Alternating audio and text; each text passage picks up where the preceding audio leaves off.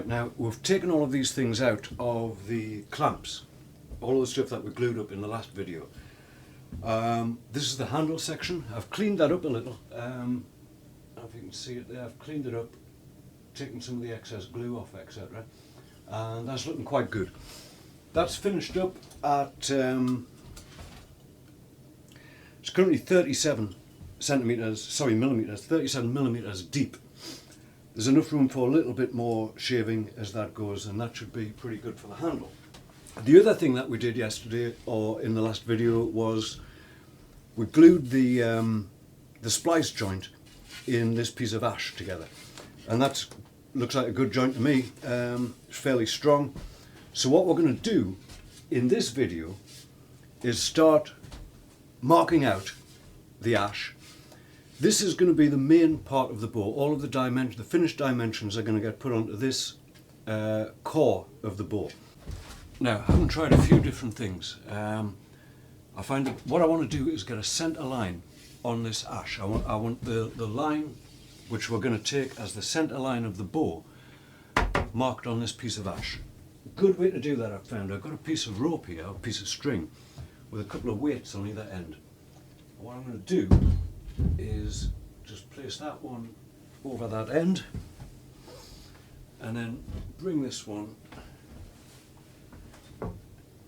get my line where I want it to be, and just place that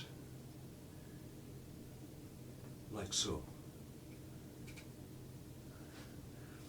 That's looking good. That we can take the line off that. We want the best run of the grain or the growth rings throughout the length of the wood. With this piece of ash here, there's a slight runoff, so what I've done is I've set the string over to this side, and it's going over to the opposite side at the other end of the ash, and that gives you a nice straight run of the growth lines, growth rings throughout the length of this piece of ash.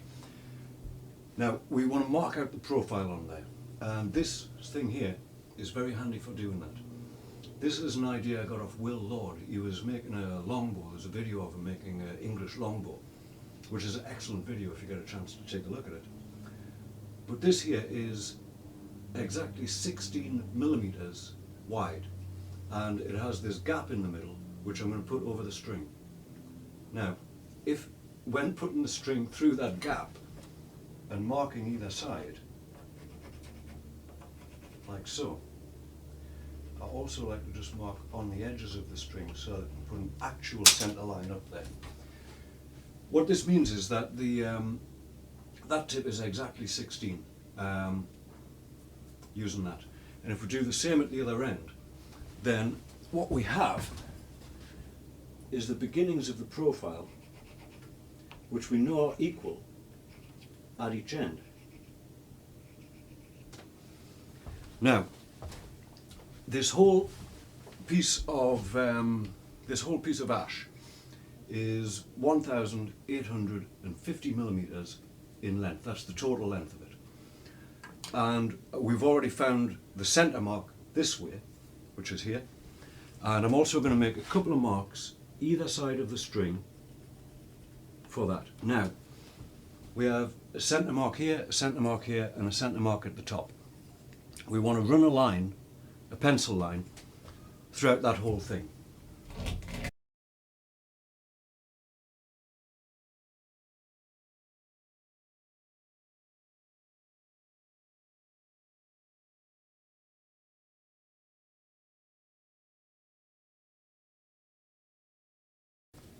Okay, so I haven't done that, I haven't marked the whole thing out on my ash here.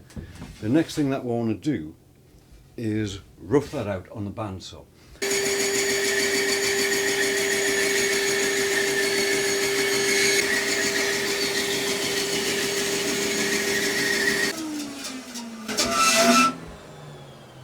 That definitely needs sorting out. But we have here the profile which has now been cut out. As I say, it's roughed out, it's not right down to the line. You'll be able to see there's still a line left on there. What I'm going to do is put the thing away, get the belt sander out, And I'm going to take this right down to its finished dimensions.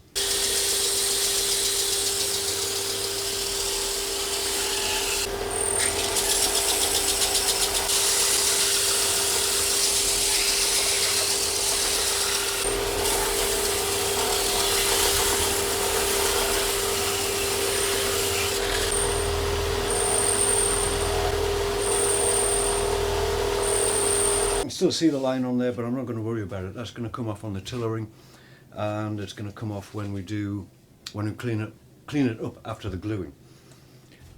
So there we have it. This is the ash core. I'm going to now transfer that profile onto the hickory and the purple heart, and I'm then going to bandsaw the hickory and purple heart to get them to be the same. Also, we're going to cut this taper in this way. I need to work out what the taper is going to be, so I'm going to do that right now and we'll get back onto it. Alright, now I've decided upon the dimensions of the bow. The ash core itself, as we said earlier, is currently like 14 millimeters parallel throughout the length of the bow. What we want to do, we have this section marked in the middle here, which is going to take the handle, and either side of that I've just come down another 2 centimeters and another 2 centimeters at the other side. Those are the points where the taper is going to start, and it's going to start at that point and go right the way down through to the tip. Now we have 14 millimeters of wood here. At this point, this point here, just beyond the handle, that's going to be 12 millimeters. So I've marked that 12 millimeters down from the top of the bow. At the tip, it's going to be 3 millimeters. I don't know if you can see this, so you can see the markings on that, but I've marked that at 3 millimeters there, and further up towards the handle, there's a mark here, which is at 12 millimeters. So we're going to cut that off.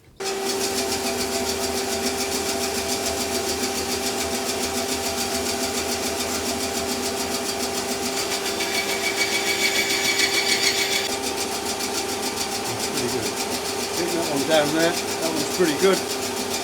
Do the other side.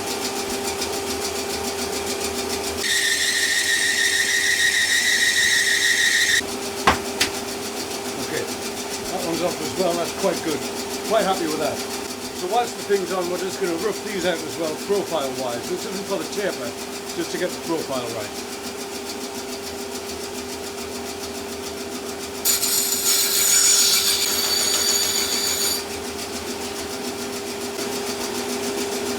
That's good.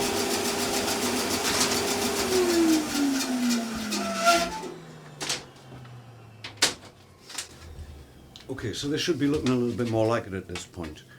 There we have the ash. This is going to be the back. This is the belly. The one where we've done the cut is going to be the belly.